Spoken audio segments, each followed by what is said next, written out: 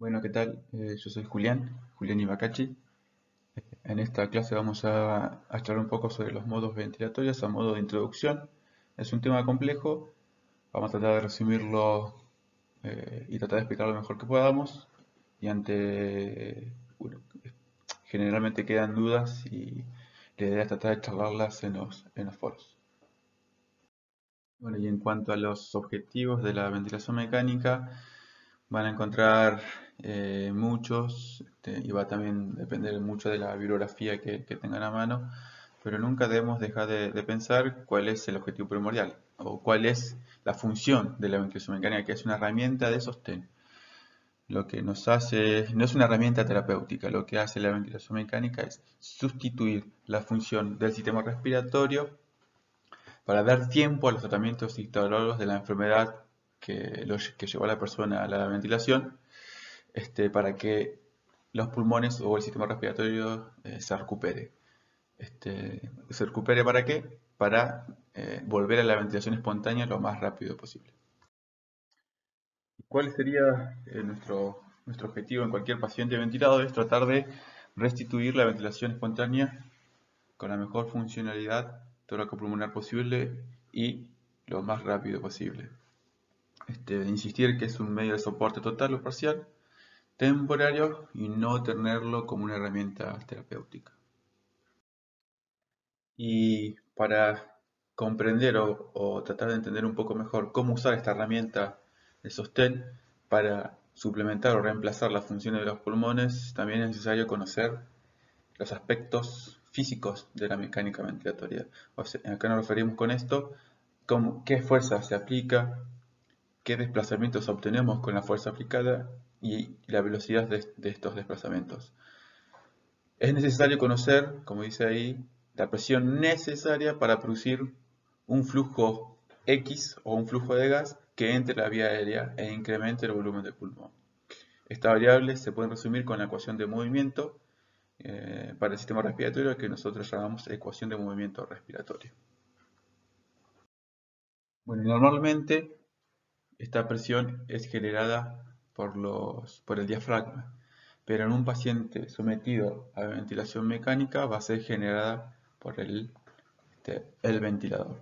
Esa presión se va a utilizar o se utiliza para vencer la resistencia del sistema respiratorio a ser deformado. Esa resistencia tiene dos componentes. Un componente resistivo o dinámico que está compuesto por la interfase paciente-ventilador. Esta interfase incluye a las tubuladuras, ¿sí? Eh, al trasquer, en caso de que el paciente lo tenga, al tubo orotraqueal y a las vías de conducción del sistema respiratorio, que incluye hasta los bronquiolos respiratorios. Y después tenemos un componente elástico que está compuesto por la caja torácica. De la caja torácica, el componente más importante son los pulmones, pero también hay que incluir a la pleura, a la caja torácica en la fase, digamos, la parte ósea de la caja torácica, las costillas, el esternón y las vértebras, así también como sus límites. El más importante es el diafragma, estos componentes son importantes a la hora del monitoreo bedside del paciente, que más adelante vamos a ver. Bueno, y acá tenemos las variables de esta ecuación. Vamos a repetir que nos habla de la presión que se tiene que aplicar al sistema respiratorio para movilizar un volumen determinado, en este caso el volumen tidal. Como mencioné previamente, el sistema respiratorio, la resistencia del sistema respiratorio tiene dos componentes, que es el componente resistivo o dinámico y el componente estático o elástico, que van a estar representados acá en esta fórmula, ¿sí? El componente resistivo o dinámico va a depender de la resistencia del sistema respiratorio, que ya vimos que incluía a la interfase paciente-ventilador y a las vías de conducción y al flujo inspiratorio, ¿sí? Y el componente estático o elástico va a estar determinado por el volumen tidal y la compliance de la caja torácica. Y un dato importante que resulta de la interpretación de la ecuación anterior es que el ventilador solamente puede controlar una variable a la vez. O controla la presión o controla el volumen. Entonces, por lo que dijimos hasta ahora, cualquier modo ventilatorio de cualquier ventilador puede ser incluido en dos grandes grupos. O es un modo limitado o controlado por volumen, o es un modo limitado o controlado por presión. Van a encontrar diferentes nombres que van a depender de la marca del ventilador. En alguna marca, por ejemplo en Siemens, se van a llamar de una manera, y en otros, como por ejemplo en la marca Nellcor, se van a llamar de una manera diferente. Entonces, la mejor manera de caracterizar los modos ventilatorios es a través de sus variables de fase, ¿sí? Podemos agregar una caracterización más, o son modos controlados, asistidos o espontáneos, que va a depender de las variables de fase. Vamos a ver qué son las fases de un ciclo ventilatorio. Y bueno, para repetir, cada vez que estamos frente a un modo ventilatorio, lo que tenemos que hacer es tratar de incluirlo en los dos grandes grupos previamente mencionados. O estamos ante un modo cuyo límite su variable límite o variable control es el volumen, o estamos ante un modo cuya variable límite o control es la presión. Una vez hecho esto, podemos pasar a caracterizar las fases de un ciclo ventilatorio y su variable asociada. La primera fase que ocurre es el inicio de la inspiración, cambio entre la expiración e inspiración, cuya variable asociada es el trigger o disparo. Esto nos va a permitir caracterizar o diferenciar un modo asistido de un modo controlado, que eso más adelante lo vamos a ver. La segunda fase que sigue a un ciclo ventilatorio es la inspiración, cuya variable asociada es el límite o control, que esto ya previamente habremos caracterizado, o la variable control es el volumen, o la variable control es la presión. La tercera fase es el cambio de inspiración a expiración, cuya variable asociada es el ciclado, es decir, cuando termina la inspiración. Y la última fase es la expiración, cuya variable asociada es la variable que se llama de base, ¿sí? Que generalmente es la pip que uno le coloca. Bueno, acá tenemos algo más esquemático para tratar de comprender un poco mejor. Entonces, para repetir un poco, tenemos las 4 fases de un ciclo ventilatorio. ¿Sí? Está primero el inicio del ciclo ventilatorio o trigger, ¿sí? Que podemos ver acá, la podemos ver por acá también, ¿sí? Después tenemos la variable límite, que sería esta parte de la curva, que esto está en relación a la variable que va a permanecer constante durante todo el ciclo ventilatorio. O, dicho de otro modo, la variable control de ese ciclo ventilatorio, que puede ser o el volumen o la presión. La tercera fase, que es la fase de ciclado, ¿sí? Que es de cambio de inspiración a expiración. Y después tenemos la variable de la fase de expiración, que está, como dije previamente, en relación a la variable de base o pip que uno setea. De vuelta, las 4 fases de un ciclo ventilatorio en un nuevo esquema. Esta vez, en esta oportunidad, un solo ciclo ventilatorio, tratando de hacerlo lo más esquemático posible. Insisto, el disparo, la variable límite, el ciclado y la variable base, que en este caso es la pip que uno setea. Entonces, la variable control de un modo ventilatorio puede ser o el volumen o la presión. Ahí dice flujo, pero hay que tener en cuenta que flujo por tiempo es volumen, así que es lo mismo y lo pueden encontrar de cualquiera de esas dos maneras en los libros. ¿Qué es esta variable de control? Es la variable que uno va a seleccionar y el ventilador va a utilizar para producir la inspiración. Va a permanecer constante aunque la carga ventilatoria se modifique, o sea que si yo seteo 400 de volumen tidal, el ventilador le va a dar 400 de volumen tidal en todos los ciclos ventilatorios. Y es una variable cuyo valor no es posible sobrepasar. Bueno, y como venimos mencionando, de acuerdo o en función a la variable límite o control que yo elija, podemos tener dos modos ventilatorios, o modos controlados por volumen o controlados por presión. Si yo elijo un modo controlado por volumen, por ejemplo, le seteo 400 de volumen tidal, 400 de VT. En cada ciclo respiratorio, el paciente va a recibir 400 de VT. ¿Cuál va a ser mi variable dependiente o la que va a cambiar en cada ciclo?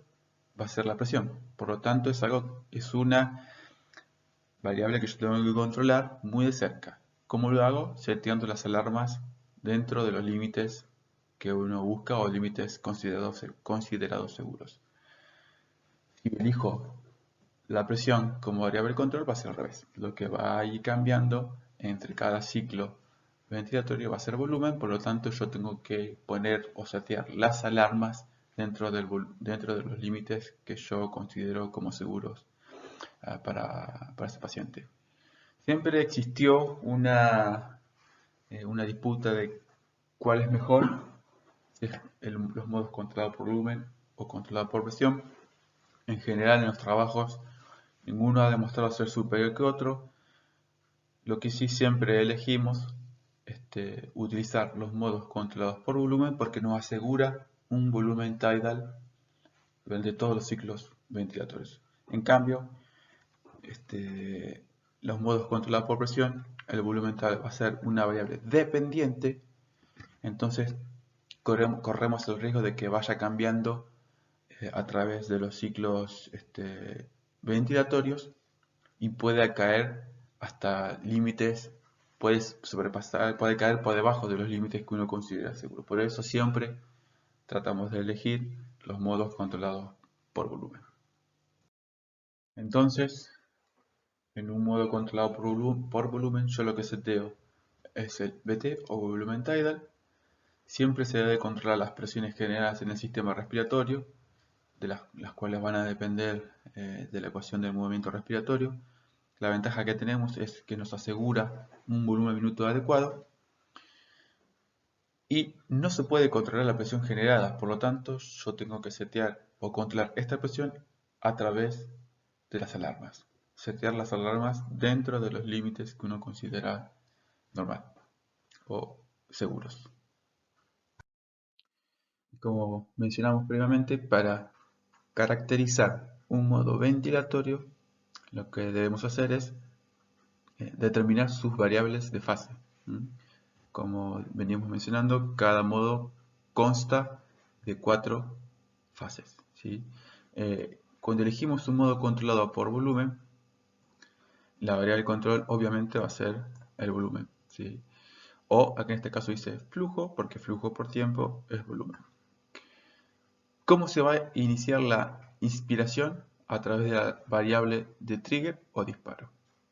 En este caso tenemos dos opciones, o la ventilación la inicia el paciente o la ventilación la inicia el ventilador. En casos que esté controlado, generalmente asumimos que el paciente no está realizando ningún tipo de esfuerzo inspiratorio. Por lo tanto, ¿cómo hace el ventilador para iniciar la inspiración? Va a depender de la frecuencia respiratoria, va a depender del tiempo. ¿Por qué decimos esto? Porque si yo le seteo, por ejemplo, 20 de frecuencia respiratoria por minuto, lo que va a hacer el ventilador es dividir esos 20 en 60 segundos. Por lo tanto, va a iniciar cada 3 segundos una inspiración. En caso, eso nos va a dar un modo controlado por volumen, cuando el paciente no realiza ningún esfuerzo inspiratorio. En cambio, si el paciente hace esfuerzo inspiratorio, la variable disparo va a ser ese esfuerzo inspiratorio que va a estar censado por el ventilador a través de un trigger de presión o de flujo, que eso vamos a ver más adelante. Digamos, y entonces cada vez que el paciente haga un esfuerzo inspiratorio, el ventilador le va a dar una inspiración. ¿Con qué límite? Va a estar dado por el volumen, que es el volumen que nunca va a superar ese modo ventilatorio, que en este caso siempre pongamos el ejemplo de 400 de volumen tidal. ¿Y cómo va a pasar de inspiración a expiración? O sea, la variable ciclado, cuando se completen o cuando el ventilador le entregue esos 400 de volumen, que generalmente va a estar dado por un tiempo X, porque flujo por tiempo es volumen. Bueno, y acá tenemos un esquema de un modo controlado por volumen. Acá dice que se utiliza una onda constante. A esto nos referimos a una onda de flujo, ¿sí? Que es esta. Generalmente ya no se usa más este flujo. Los nuevos ventiladores ya permiten utilizar una onda de flujo decreciente, que es más fisiológica y produce menos daño. Vamos a caracterizar estas fases. Generalmente acá está el trigger, que como mencionamos previamente, que se hace referencia al inicio de la ventilación, ¿sí? Que esto como mencionamos, puede estar dado por el ventilador o por el paciente. Ahora después más adelante vamos a ver cómo sensa el ventilador el esfuerzo inspiratorio. Acá se inicia la inspiración, tenemos la variable límite que va a estar dada por la variable, el límite que yo le pongo, que generalmente siempre decimos que es, vamos a ver como ejemplo, los 400 de Bt, ¿sí? El volumen tidal, y el ciclado, que es el paso de inspiración a expiración. ¿Que cuándo se va a producir? Que cuando el ventilador le termine de dar esos 400 Bt, que va a estar dada por un tiempo, que va a estar determinada por un tiempo X, ¿sí? Y ahí va, una vez que llega a ese volumen de 400, el ventilador va a cerrar la válvula inspiratoria, va a abrir la válvula expiratoria y va a comenzar la expiración. Es esta parte. Y en cambio, en los modos controlados por presión, el operador siempre lo que hace es fijar un límite de presión que no podrá ser sobrepasado por la inspiración por el ventilador, y la variable a controlar es el volumen, el cual va a depender también de la variable de la ecuación, en la ecuación de movimiento respiratorio. Este modo nos permite trabajar sin superar los límites de presión que resulten peligrosos, pero como mencionamos previamente, los volúmenes pueden caer, el volumen tidal puede caer por debajo de los valores considerados seguros, por eso siempre tratamos de elegir los modos controlados por volumen. Aquí tenemos nuevamente la tablita de caracterización de un modo ventilatorio. En este caso vamos a hacer la del modo controlado por presión. Siempre la variable control va a ser la presión, y es la variable que el ventilador no va a poder sobrepasar. En cuanto a la variable de disparo, es lo mismo que el modo controlado por volumen. Puede ser disparado por el ventilador o por el paciente, de acuerdo si existe o no esfuerzos inspiratorios. La variable límite, o que nunca va a poder ser sobrepasada, va a ser la presión que yo le seteo. En este caso pongamos un ejemplo de 18 centímetros de agua, o sea que el ventilador nunca va a poder sobrepasar ese límite. ¿Y cómo va a pasar de inspiración a expiración? De la misma manera, por un tiempo determinado. ¿Qué tiempo? Generalmente estos modos, los tiempos inspiratorios, es seteado por el médico. En general, los tiempos que ya vienen predeterminados es de 0,8 a 1 segundos, que son los valores normales de una inspiración. Y de vuelta acá tenemos un esquema para un modo controlado por presión, donde tenemos las diferentes fases de un ciclo ventilatorio. Tenemos la fase de inicio de la inspiración o trigger, que como venimos mencionando puede ser o por el paciente o por el ventilador, de acuerdo si el paciente tiene esfuerzos inspiratorios o no. Una vez que inicia la inspiración, llegamos a la variable control o límite, que en este caso es la presión. ¿Sí? ¿Por qué? Porque va a permanecer constante durante todo el ciclo inspiratorio. Llegamos a la fase de ciclado o de cambio de inspiración a expiración, que como mencionamos previamente, esto va a estar determinado por un tiempo que yo le seteo. En general, todos los ventiladores vienen preseteados con un tiempo entre 0,8 y 1 segundo. ¿Por qué? Porque es se considera un tiempo fisiológico. Una vez que se cumple ese tiempo, va a comenzar la expiración, que es esto, ¿sí? Entonces, como mencionamos previamente, este tipo de modo ventilatorio es una onda desacelerada, y esto en un tiempo determinado me va a dar un volumen, ¿sí? Que este volumen es el que puede llegar, es el que va a variar en cada ciclo. Y hay que controlar, ¿cómo hay que controlar? Con las alarmas ya que están previamente preseteadas. Bueno, y acá tenemos